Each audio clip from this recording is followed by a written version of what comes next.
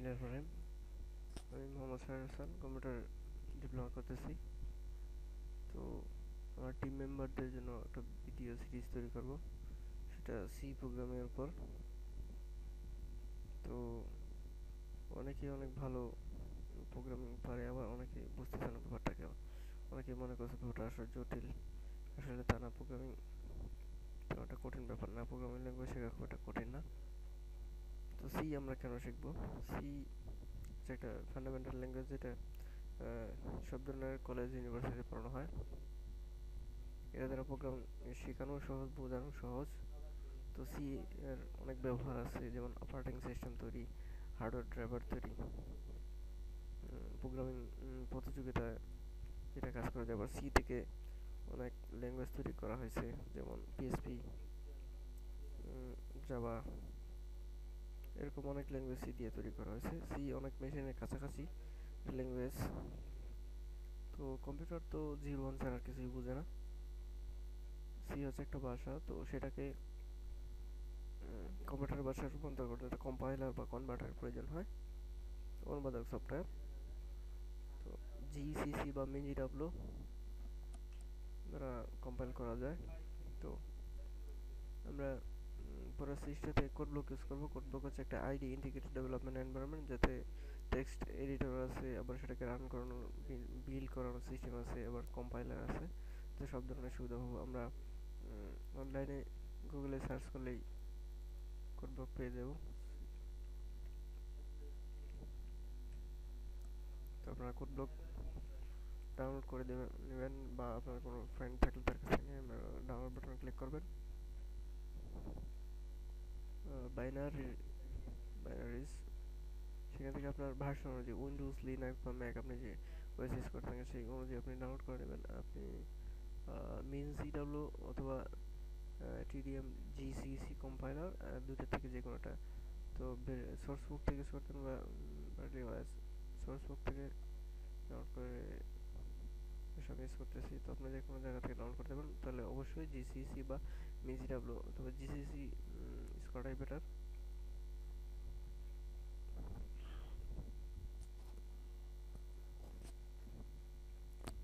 C programming আবিষ্কার করেন Dennis Richi 1972 সালে অ্যাথিয়ান এবং বেল ল্যাবরেটরিতে। তো সি দ্বারা মেশিন কন্ট্রোল করা যায়, অনেক কাজ করা যায়। সি একসময় সি দিয়ে সফটওয়্যার ডিজাইন করা হয়। তো সব ধরনের ডিজাইন, সি এর একটা বড় সুবিধা হচ্ছে যে কোনো প্রবলেম সলভ করা যায়, যা অন্য ল্যাঙ্গুয়েজে করা যায় না। সব ল্যাঙ্গুয়েজে কিছু লিমিট থাকে। তো সি অনেক ব্যবহার আছে। গেম ইঞ্জিন তৈরি করা যায়, যেটার উপর বেস করে গেম তৈরি করা হয়।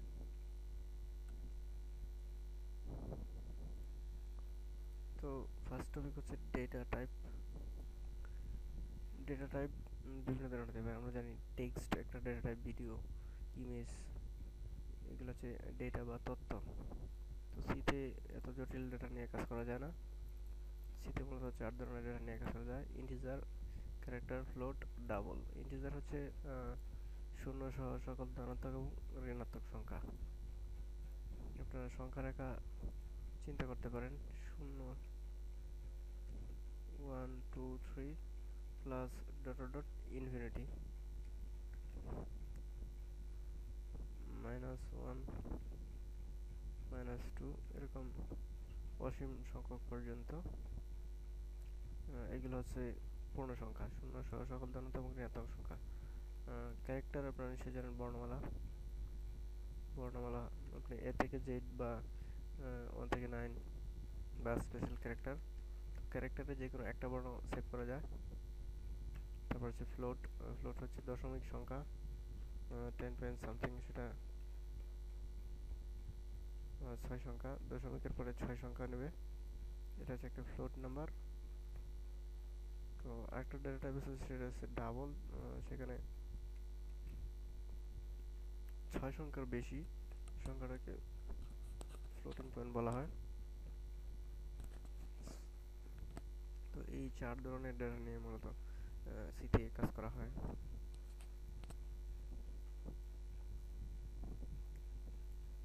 তো আজকে যেহেতু প্রথম ক্লাস, আমরা সি দিয়ে কিছু একটা করি। তো কোড ব্লক ইনস্টল করার পর আপনারা ডাবল ক্লিক করবেন এই কোড ব্লক আইকনে। তো মোটামুটি সব প্রোগ্রামরাই প্রথমে একটা প্রোগ্রাম চালিয়ে থাকে, সেটা হচ্ছে হ্যালো ওয়ার্ল্ড, যেটা আমার খুব ফেভারিট, ম্যাক্সিমাম আমি রান করিয়েছি। তো কোড ব্লক ওপেন করার পর আপনি একটা ফাইল নেবেন, সেটা এখানে নিউ ফাইল, এখান থেকে নিউ এমটি ফাইল, অথবা কন্ট্রোল শিফট এন চেপে নিতে পারেন। তো ফাইলটাকে আপনি সেভ করে নেবেন, সেভ করে নিলে সুবিধা হয়।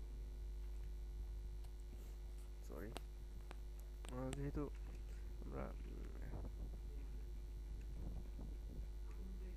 তো সেভ হয়ে গেল, আপনারা অবশ্যই ফাইলটা সেভ করার সময় অবশ্যই খেয়াল রাখবেন ডট সি এক্সটেনশন যেন হয়।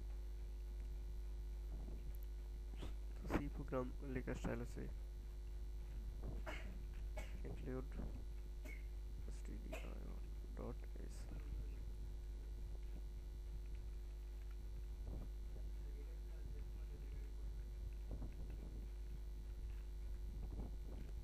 এটা হচ্ছে একটা সি প্রোগ্রামের স্টাইল। ইনক্লুড, আমরা একটা ফাইল ইনক্লুড করে দিলাম, এসডি মিন স্ট্যান্ডার্ড, আইও হচ্ছে ইনপুট আউটপুট, ডট এইচ মানে হচ্ছে এটা ফাইলের এক্সটেনশন। তো সি প্রোগ্রামে কমপক্ষে অন্তত একটা মেইন ফাংশন থাকতে হবে। যে কোনো ফাংশনটা রিটার্ন টাইপ থাকে, ডেটা রিটার্ন টাইপ, এখানে ইন্টিজার লিখলাম, ভয়েড টাইপ, কোড ব্লকের সমস্যা হয় সেজন্য ইন্টিজার টাইপ, আপনি ইচ্ছা করলে ইন্টিজার নাও দিতে পারেন। তো ইন্টিজার দেওয়াটা বেটার, ভালো প্রোগ্রামাররা সেটা রিকমেন্ড করে। ইন্টিজার মেন ফাংশন, এটা হচ্ছে মেন ফাংশন, এরপরে আমরা যা লিখবো সেগুলো এক্সিকিউট করবে। তো এটা হচ্ছে একটি ব্লক, এই ব্লকটা মেন ফাংশন, এর ভিতরে আমরা যা লিখবো সব কিছুই সে এক্সিকিউট করবে। আর রিটার্ন জিওএম হচ্ছে এই ব্লকটাকে শেষ করে দেওয়া হয়েছে, ক্লোজ করে দেওয়া হয়েছে। এরপরে আমরা যদি হাজারো লাইন লিখি সেটাকে এক্সিকিউট করবে না। তো এটার কাজ হচ্ছে স্ট্যান্ডার্ড ইনপুট আউটপুট। তো ইনপুট আউটপুট দুটো ফাংশন আছে, প্রিন্টএফ এবং স্ক্যানএফ। প্রিন্টএফ এর মাধ্যমে কোনো কিছুকে আউটপুট নেওয়া হয় এবং স্ক্যানএফ এর মধ্যে ইনপুট নেওয়া হয়। তো আমরা আজকে একটা মেসেজ প্রিন্ট করব, সেই জন্য অবশ্যই প্রিন্টএফ, প্রিন্টএফ, তারপর ডাবল কোটেশন দিতে হয় এবং সেমিকোলন, সেমিকোলন মানে হচ্ছে লাইন শেষ, সেমিকোলন দিয়ে লাইনটাকে শেষ করা। তো আমরা একটা মেসেজ প্রিন্ট করব, হ্যালো ওয়ার্ল্ড, এটা সবারই প্রিয় একটা প্রোগ্রাম। তো আমাদের হয়ে গেল একটা মেসেজ। তো এখন আমরা এখান থেকে বিল করতে পারি, এখান থেকে বিল করতে পারি বা কম্পাইল করতে পারি। তো আমরা কম্পাইল করব, কম্পাইল কারেন্ট ফাইল, বা কিবোর্ড থেকে করতে পারেন কন্ট্রোল শিফট F9। তো আমরা দেখতে পেলাম আমাদের প্রোগ্রামে কোনো সিনট্যাক্স বা ব্যাকরণগত কোনো ভুল নাই। তো এখন আমরা তাহলে এটাকে অবশ্যই রান করতে পারি, রান বাটনে ক্লিক করতে হবে। তো আমরা দেখতে পাচ্ছি যে হেলো ওয়ার্ল্ড কথাটি কম্পিউটার প্রিন্ট করলো। এখন এখানে দেখতেছেন প্রসেস রিটার্ন জিরো, এইগুলা আপনার বোঝার দরকার নাই। আর যদি মনে করেন যে এইগুলা আমি চাই না আসুক, তো এখানে বলতেছে যে এন্টার কি, এন্টার কি চাপার সাথে সাথে কনসোলটা চলে যাবে। তো এই কথাগুলো যদি না দেখতে চান তাহলে GETCH একটা ফাংশন আছে, সেটা যদি ইউজ করেন তাহলে আসবেন। আমরা আবার কম্পাইল করে রান করলাম, এখন দেখতে পাচ্ছেন ওইগুলা চলে গেল। তো এই হলো একটা মেসেজ কীভাবে প্রিন্ট করতে হয়।